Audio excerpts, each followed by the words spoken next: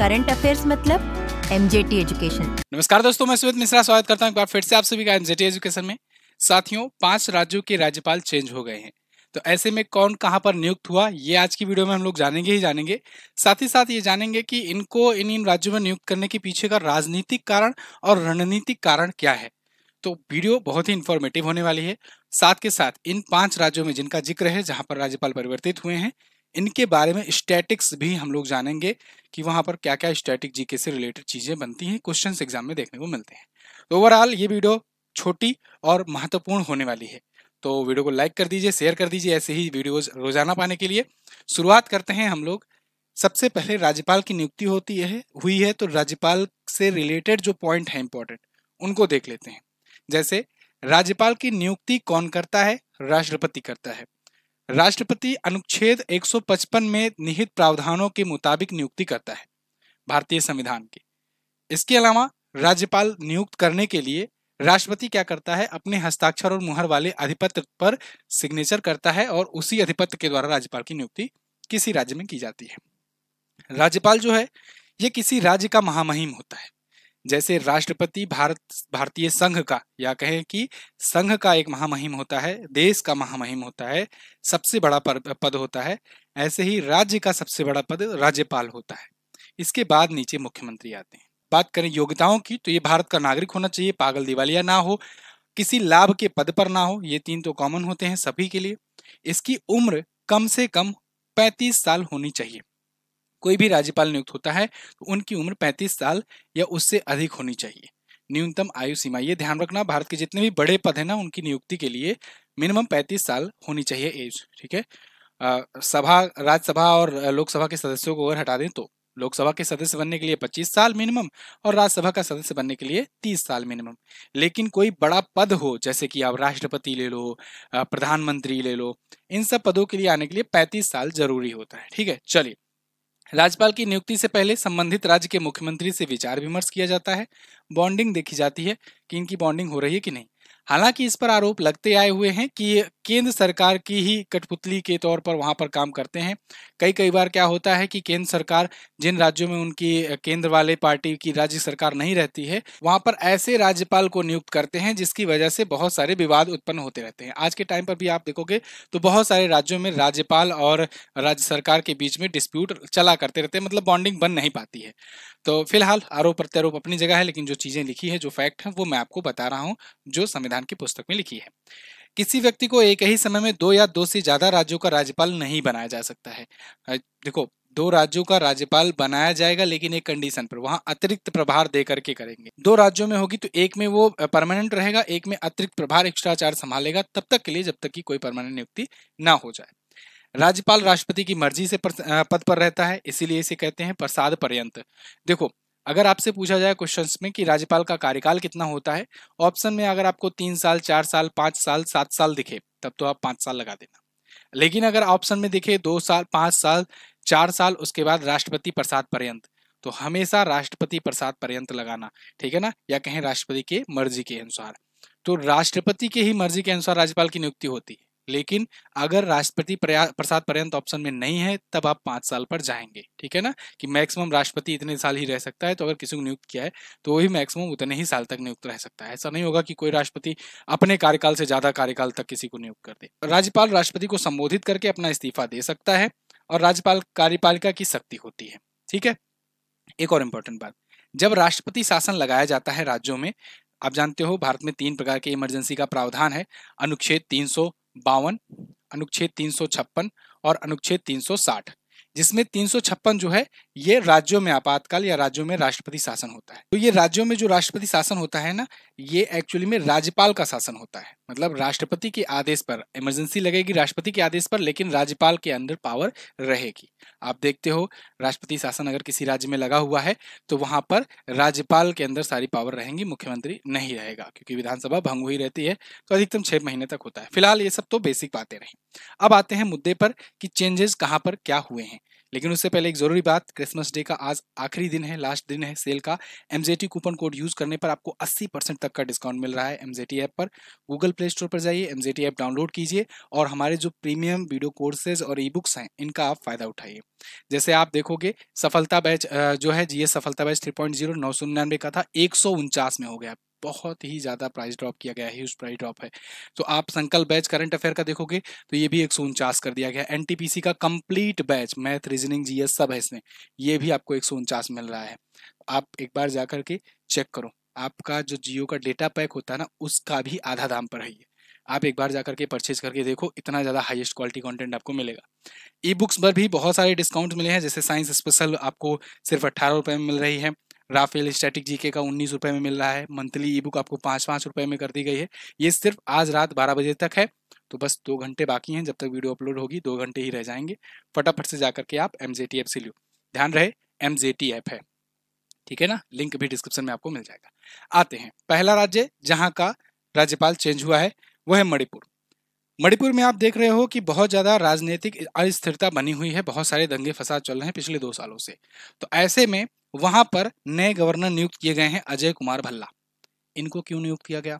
अजय कुमार भल्ला दोस्तों ये पूर्व गृह सचिव रह चुके हैं, अगर आपको याद होगा तो गृह सचिव ये हुआ करते थे, है ना, गृह सचिव हुआ करते थे। गृह सचिव का क्या काम क्या होता है? गृह मंत्री को रिपोर्ट करना।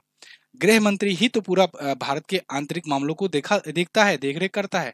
तो यानी कि गृह सचिव की मदद से ही गृह मंत्री काम करता है एक प्रकार से, या कहीं दोनों मिलकर के काम करते हैं। तो पूरा पूरा अच्छे तरीके से सबसे अच्छा नॉलेज अगर मणिपुर के बारे में किसी को है, या कहीं अंदर की जानकारी और सारा कुछ इनपुट है कि वहाँ क्या हो रहा है, कैसे हो रहा है, क्यों हो रहा है, कारण क्या है, कैसे निवारण है, तो सबसे अच्छा 2 ही लोग जानते हैं, एक तो गृह मंत्री, एक तो गृह सचिव, ठीक है ना, पूर्व गृह सचिव। तो इसीलिए इनको नियुक्त कर दिया गया है यहाँ का गवर्नर कि भाई देखो मणिपुर में जो स्थिति चल रही है इस पर सुधार करो। तो ये नियुक्त किए गए हैं।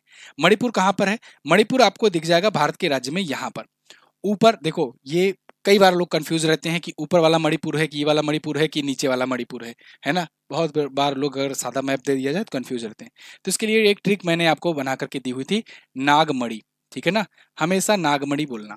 नागमणि मतलब ऊपर नागालैंड, फिर नीचे मणिपुर और नीचे है मिजोरम सबसे, है ना।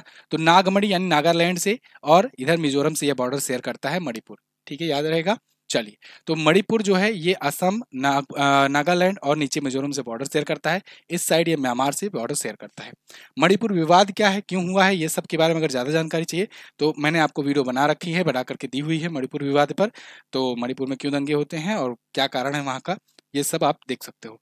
ये बेसिक चीज़ें हैं। यहाँ पर ध्यान रखना कीबुल लामजाओ नेशनल पार्क है, जो कि दुनिया का इकलौता तैरता हुआ नेशनल पार्क है, फ्लोटिंग नेशनल पार्क है, ठीक है ना।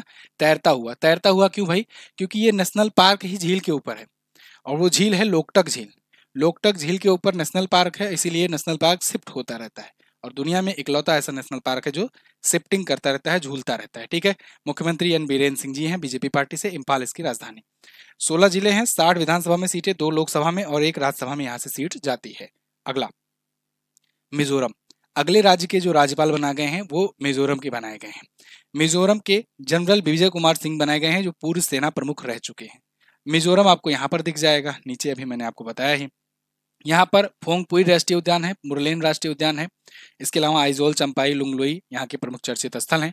आइजोल इसकी राजधानी होती है। लाल दोहुमा ये जेडपीएम पार्टी से सीएम है। 1 लोकसभा और 1 ही राज्यसभा में यहाँ से सीट जाती है। मिजोरम बॉर्डर शेयर की बात करें तो मिजोरम अपना बॉर्डर देखो बांग्लादेश से भी लगाता है, ध्यान रहे, ये कई बार लोग गलत करते हैं। मिजोरम अपना बॉर्डर असम से, त्रिपुरा से और मणिपुर से तो लगाता ही लगाता है, साथ ही साथ बांग्लादेश से भी लगाता है। बांग्लादेश एक्चुअली में यहाँ तक है, यहाँ तक ऐसे बांग्लादेश है ना, बांग्लादेश ऐसे है, यहाँ पर भी कुछ हिस्सा है उसका, तो इसलिए उससे भी बॉर्डर लगाता है। इधर म्यांमार से अपना बॉर्डर लगाता है। अगला जो राज्य है वो है आपका बिहार। बिहार में देखो चुनाव होने हैं, है ना, चुनाव होने हैं, तो अब हिंदू मुस्लिम वोटर्स को वहाँ पर मतलब एक प्रकार से सेगमेंट को राजनीतिक वो चीज़ें करने के लिए, दुरुस्त करने के लिए, बैलेंस बनाने के लिए आरिफ मोहम्मद खान जी को नियुक्त किया गया। ये केरल के राज्यपाल रहे थे, अभी तक लंबे समय तक केरल के राज्यपाल रहे आरिफ मोहम्मद खान। ये हालांकि हैं तो खान, लेकिन कभी भी मुस्लिम के सपोर्ट में नहीं बोलते, बहुत कम बोलते देखे जाते हैं, ऐसा इन पर आरोप भी बहुत बार लगता है। फिलहाल ये गवर्नर है। अच्छा, मेरी कोई बातों का आप लोग ऑफेंड मत होइएगा, यहाँ जो भी चीज़ें हैं वो बिल्कुल फैक्ट हैं, आप चेक भी कर सकते हो। इनसे पहले इनका मुस्लिम विरोधी बहुत सारे बयान भी वायरल हैं, आप उसको चेक कर सकते हो, ठीक है, कुछ भी मैं अपने मन से नहीं बोल रहा हूँ। नीतीश कुमार जी यहाँ के सीएम है बिहार के। बिहार के ये सीएम हैं। आप कमेंट करके मुझे बता दो कि बिहार के सीएम है किस पार्टी से हैं। चलो बता दो, कमेंट करके बिहार में पार्टी का नाम बता दो जिससे ये सीएम है।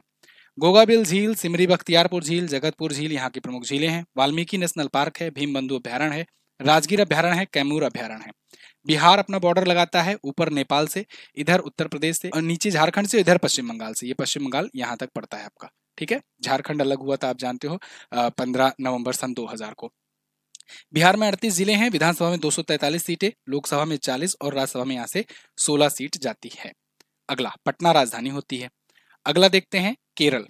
अब केरल में जैसे कि मैंने आपको बताया, आरिफ मोहम्मद खान जी बिहार चले गए और राजेंद्र विश्वनाथ अरलेंकर जी यहाँ आ गए। राजेंद्र विश्वनाथ अरलेंकर को इनको केरल का राज्यपाल बनाया गया है। पिनराई विजयन यहाँ पे सीएम है। केरल आपको यहाँ पर दिख जाएगा। ये तमिलनाडु से और कर्नाटका से अपना बॉर्डर शेयर करता है। यहाँ पर इडुक्की वन्यजीव अभ्यारण्य, साइलेंट वैली नेशनल पार्क है, बहुत पूछा जाता है। पेरियार वन्यजीव अभ्यारण्य है। इसके अलावा पलक्कड़ दर्रा है, थामा सरोसरी है, पाल घाट भी है। यहाँ पर पाल घाट भी है, ये भी पूछा जाता है, ये भी एक दर्रा है यहाँ पर। कथकली, मोहिनीअट्टम, कालियट्टम प्रमुख शास्त्रीय नृत्य हैं। 14 जिले हैं, 140 विधानसभा में सीटें हैं, 20 लोकसभा में और 9 यहाँ से राज्यसभा में सीटें जाती हैं। और तिरुवनंतपुरम इसकी राजधानी है। अगले जो राज्य के राज्यपाल चेंज हुए हैं वो है उड़ीसा। उड़ीसा में रघुवर दास जी थे, वो अब संन्यास ले चुके हैं, मतलब इस्तीफा दे चुके हैं। संन्यास क्या, इस्तीफा दे दिए हैं। तो अब कम्भमपति हरि बाबू को यहाँ पर नियुक्त किया गया है। भुवनेश्वर इसकी राजधानी होती है। उड़ीसा में इस बार देखिए आप कि 5 बार से लगातार सीएम रहने के बाद नवीन पटनायक जी इस बार चुनाव हार गए और वहां पर नए सीएम बने मोहन चरण मांझी, ये बीजेपी पार्टी से हैं। उड़ीसा मैप में अगर आप देखोगे तो यहाँ पर दिख जाएगा। वेस्ट बंगाल यहाँ पर ये बॉर्डर शेयर करता है। इसके अलावा आपका झारखंड से, छत्तीसगढ़ से और इधर आपका आंध्र प्रदेश से बॉर्डर शेयर करता है, थोड़ा सा तेलंगाना से भी। 30 जिले हैं, विधानसभा में 147 सीटें, लोकसभा में 21 और राज्यसभा में यहाँ से 10 सीट जाया करती है। यहाँ पर चिल्का झील है। चिल्का झील जब भी आती है मैं 3 पॉइंट आपको बताता हूँ। पहला कि ये first Ramsar site of India है। भारत में पहली रामसर साइट चिल्का झील को ही चुना गया था। दूसरा, ये लैगून टाइप की झील है। झील है किस टाइप की, लैगून टाइप की झील है। तीसरा पॉइंट ये कि ये खारे पानी की भारत की सबसे बड़ी झील है।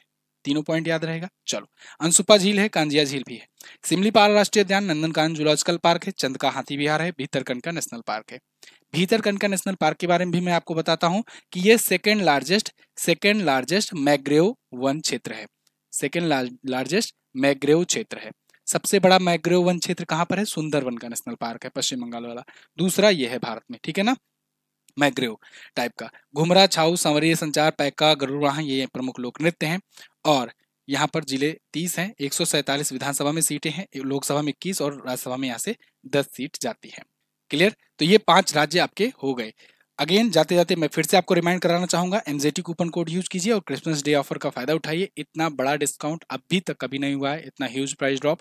तो एमजेटी ऐप पर जाकर के इसका फायदा उठाइए, एमजेटी ऐप, ठीक है ना। लिंक भी डिस्क्रिप्शन में दिया गया है, फर्स्ट कमेंट भी मैंने पिन कर दिया है। किसी भी सहायता के लिए व्हाट्सएप पर संपर्क कर सकते हैं, जो भी आवश्यकता हो आप वहां बता सकते हैं। थैंक यू सो मच, मिलेंगे अगली वीडियो में, तब तक के लिए नमस्कार, जय हिंद, वंदे मातरम।